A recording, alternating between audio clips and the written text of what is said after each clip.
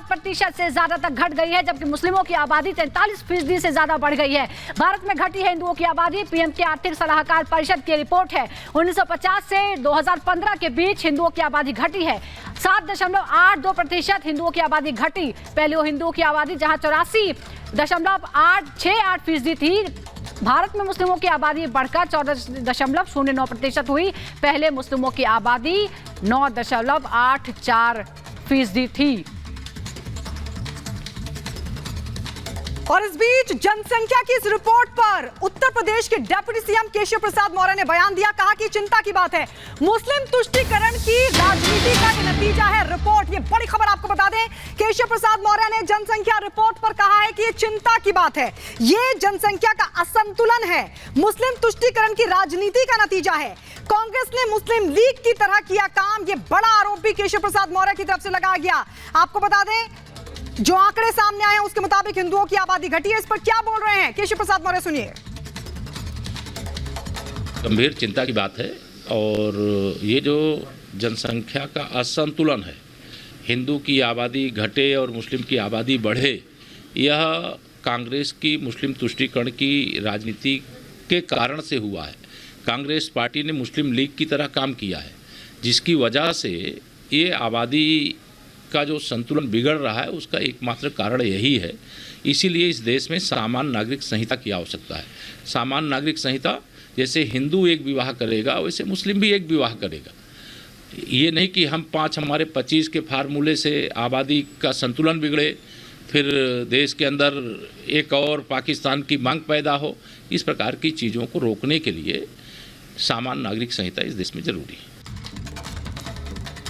तो केशव प्रसाद मौर्य को आपने सुना, और हिंदुओं की घटती आबादी पर अब गिरिराज सिंह ने क्या कहा है ये भी आपको बताते हैं। उन्होंने कहा है कि इसके लिए कांग्रेस पूरी तरीके से जिम्मेदार है।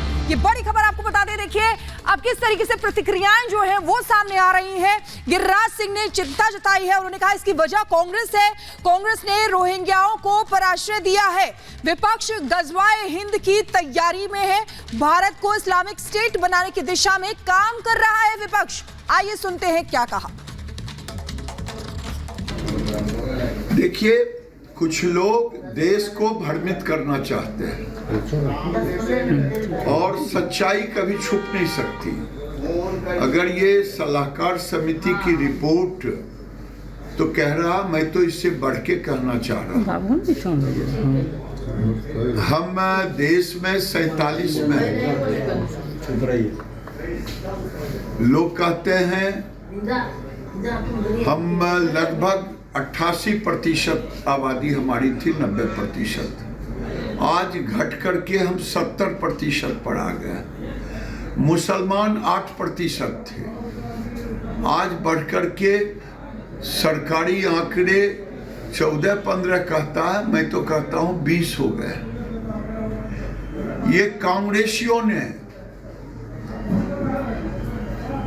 बिहार सहित तमाम देश को धर्मशाला बना दिया। 1971 में जो बांग्लादेश से जो बांग्लादेशी घुसपैठी आए, उस समय से इन्होंने एक तरह से चारागाह बना दिया भारत को, बिहार को। रोहिंग्या, बांग्लादेशी घुसपैठी, इसको वोट बैंक कांग्रेसियों ने बनाया, और ये भारत के सनातन को खत्म करने की एक साजिश भी है। इधर सैम पित्रोदा ने भले ही अपने पद से इस्तीफा दे दिया हो, लेकिन उनके बयान के बाद लगातार हंगामा हो रहा है। कांग्रेस के साथ साथ पूरा इंडिया गठबंधन जो है सवालों के घेरे में। इसमें आरजेडी नेता मनोज झा सामने आए और कहते हैं कि हम में से कोई भी उनके बयान से सहमत नहीं है, और कांग्रेस भी इस मामले में कार्रवाई कर चुकी है। सैम पित्रोदा पर आरजेडी नेता मनोज झा ने कहा है कि हम सैम पित्रोदा के बयान से सहमत नहीं हैं, किसी को ऐसी टिप्पणी नहीं करनी चाहिए।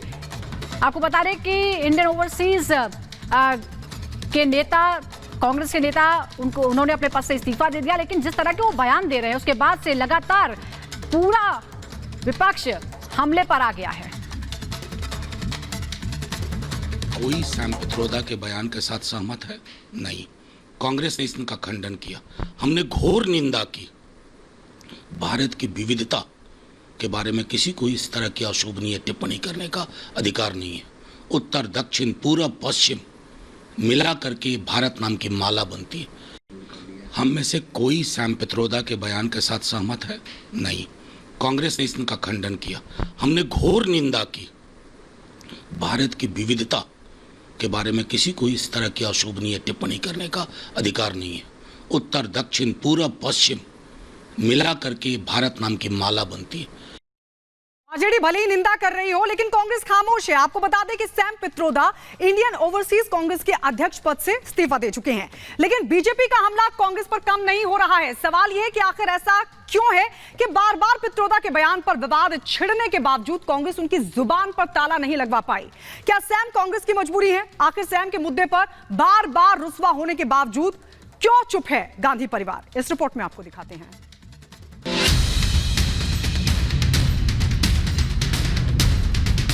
राहुल गांधी को, सोनिया गांधी को देश से माफी मांगना चाहिए। देश के इलेक्शंस वहां बैठ के यहाँ बात करने का आई डोंट थिंक वो अधिकार है उनको। पुरानी कहावत है, बर्बाद गुलिस्ता करने को बस एक ही उल्लू काफी है। हर शाख पे उल्लू बैठे हैं, अंजामे गुलिस्ता क्या होगा? जी हाँ, ओवरसीज कांग्रेस के अध्यक्ष रहे सत्यनारायण गंगाराम पित्रोदा उर्फ सैम पित्रोदा के हाल के दिए बयान के बीच कांग्रेस की हालत देखें तो बीच चुनाव मझधार में फंसी कांग्रेस के हालात भी कुछ ऐसे ही हैं। सैम पित्रोदा ने 140 करोड़ भारतीयों पर नस्लीय टिप्पणी करके एक बार फिर से कांग्रेस को ऐसे ही सियासी भंवरजाल में फंसा दिया है, जहां से कांग्रेस को उबरने में खासा वक्त लग सकता है। क्योंकि फिलहाल हालत ये है कि अपने आपत्तिजनक बयानों पर घिरने के बाद पित्रोदा कांग्रेस में अपने पद से इस्तीफा दे चुके हैं। बावजूद इसके बवाल थमने का नाम नहीं ले रहा। बीजेपी कांग्रेस नेतृत्व से माफी पर अड़ी, लेकिन ना तो मल्लिकार्जुन खड़गे कुछ बोल रहे हैं, न राहुल गांधी और न सोनिया गांधी। जबकि चुनाव से किनारा कर चुकी प्रियंका गांधी ने तो जैसे अपनी जुबान ही सिल ली हो, लेकिन बीजेपी माफी से कम पर जैसे राजी ही नहीं है। चमड़ी के रंग के आधार पर लोगों की योग्यता तय होगी? क्या चमड़ी के रंग का खेल शहजादे को किसने इजाजत दी है? संविधान सर पे लेकर के नाचने वाले लोग चमड़ी के रंग के आधार पर मेरे देशवासियों का अपमान कर रहे हैं। शहजादे, आपको जवाब देना पड़ेगा।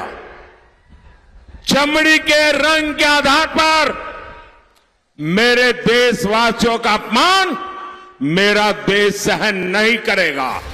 खैर, ये पहली बार नहीं है जब पित्रोदा ने कांग्रेस की डगमगाती नैया में छेद करके उसे पूरी तरह से डुबोने की कोशिश की हो। राहुल गांधी के राजनीतिक गुरु कहे जाने वाले पित्रोदा अक्सर कोई न कोई ऐसा शिगुफा छोड़ जाते हैं जो कांग्रेस को सियासी भंवरजाल में फंसा देती है। सिर्फ बीते 5 सालों की ही बात करें तो 2014 के बाद अस्तित्व बचाने के लिए संघर्ष कर रही कांग्रेस को पित्रोदा ने अपने विवादास्पद बयानों से बैकफुट पर लाकर खड़ा कर दिया है।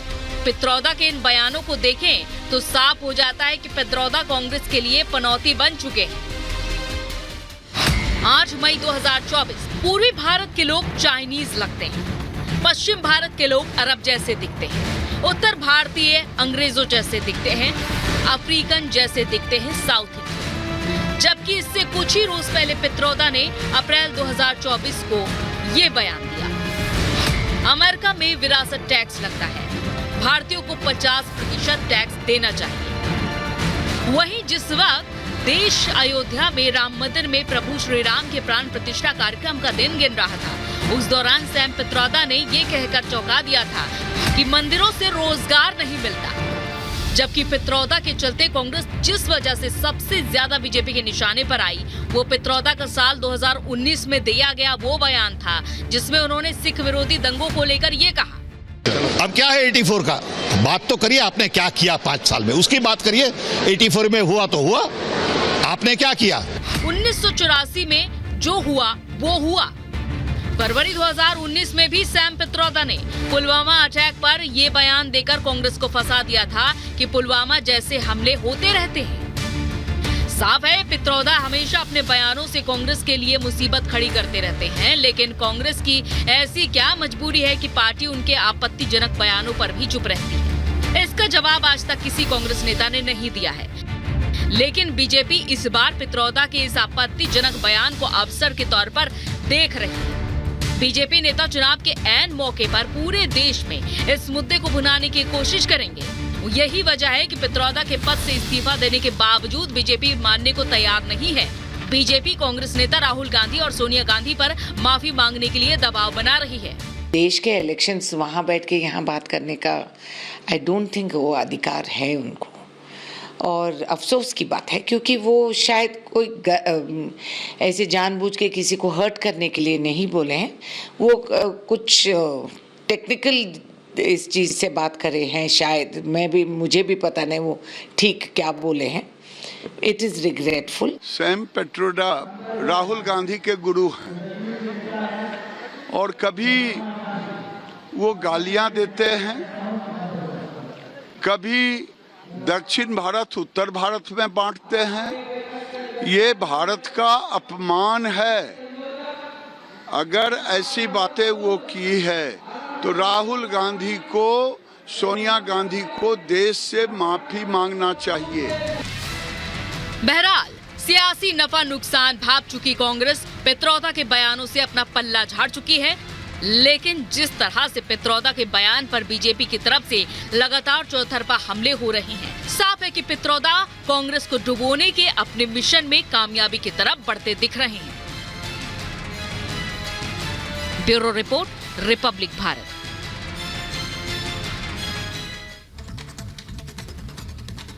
और इसी बीच एक और बड़ी खबर आपको बताते हैं। नवनीत राणा के बयान पर ओवैसी ने पलटवार किया है। उन्होंने कहा है कि कौन डरता है, हम तैयार हैं और 15 मिनट की जगह 15 दिन ले ले, ये ओवैसी ने कहा है। ये बड़ी खबर आपको बताते हैं। नवनीत राणा जिन्होंने कहा था 15 मिनट क्या 15 सेकंड ही काफी है, उस पर अब ओवैसी ने पलटवार किया है। उन्होंने कहा है कि कौन डरता है, हम तो तैयार हैं, 15 मिनट क्या 15 दिन ले ले, ये ओवैसी ने पलटवार किया है।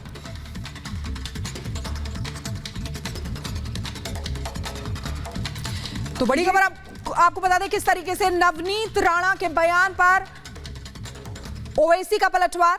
सर असदुद्दीन ओवैसी इस वक्त हमारे साथ हैं, जो अपनी पदयात्रा भी कर रहे हैं, लोगों से जनसंपर्क भी कर रहे हैं। ओवैसी साहब, बहुत बहुत स्वागत है आपका।